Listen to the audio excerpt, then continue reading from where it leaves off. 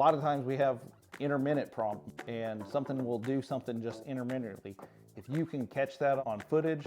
and send it to us, that's always a big help to let us know kind of what we need to look for and stuff like that, because intermittent problems, we've had lots of times where we show up to the house and everything's running fine and there's no initial indication of what's going wrong, and then we're called back out about a week later because now it did it again. So knowing why it did it, what you did, what changes you made, did you change something on the thermostat, did you do this, definitely will help us